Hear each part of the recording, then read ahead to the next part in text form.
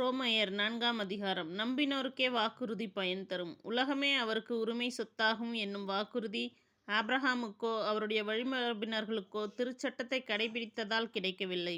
நம்பிக்கை கொண்டு கடவுளுக்கு ஏற்புடையவர் ஆனதால்தான் அவ்வாக்குறுதி கிடைத்தது.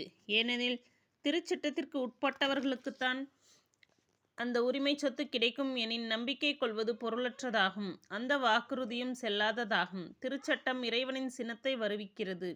சட்டம் இல்லையெனில் அதை மீறவும் இயலாது. ஆகவே கடவுளின் அருள் செயலால்தான் நம்பிக்கை வாக்குறுதியின் அடிப்படையாயிற்று. இவ்வாறு வாக்குறுதி ஆபிரகாமின் வழிவந்தவர்கள் எல்லோருக்கும், திருச்சட்டத்திற்கு உட்பட்டோருக்கு மட்டுமல்ல, அவரை போல் கடவுள் மீது நம்பிக்கை கொண்டோருக்கும் உரியது என்பது உறுதியாயிற்று. ஆபிரகாம் நம் அனைவருக்கும் தந்தை.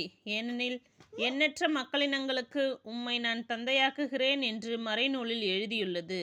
ஆம், இறந்தவர்களை வாழ்விப்பவரும் இல்லாததை தம் வார்த்தையால் இருக்க செய்பவரும் ஆகிய கடவுள் மீது நம்பிக்கை கொண்டு அவர் முன்னிலையில் ஆபிரகாம் நம் தந்தையானார். உன் வழிமரபினர் எண்ணற்றவராய் இருப்பர் என்றும் அவருக்கு சொல்லப்பட்டது.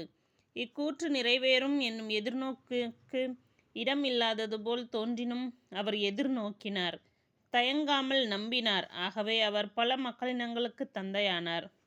தமக்கு ஏறத்தாழ 100 வயது ஆகிவிட்டதால் தமது உடலும் சாராவுடைய கருப்பையும் செத்தவை போல் ஆற்றலற்று போய்விட்டதை எண்ணி பார்த்தபோது கூட அவர் நம்பிக்கையில் உறுதி தளரவில்லை.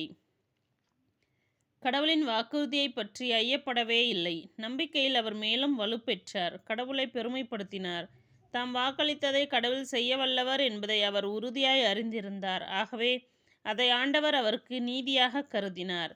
நீதியாக கருதினார் என்று எழுதியுள்ளது அவரை மட்டும் குறிக்கவில்லை, நம்மையும் குறிக்கின்றது. இறந்த நம் ஆண்டவர் இயேசுவை உயிர்த்தெழச் செய்தவர் மீது நம்பிக்கை கொண்டிருக்கும் நாமும் அவ்வாறே கடவுளுக்கு ஏற்புடையவர் என கருதப்படுவோம். நம் குற்றங்களுக்காக சாகுமாறு கடவுள் இயேசுவை ஒப்புவித்தார். நம்மை தமக்கு ஏற்புடையவர்கள் ஆக்குமாறு அவரை உயிர்த்தெழச் செய்தார்.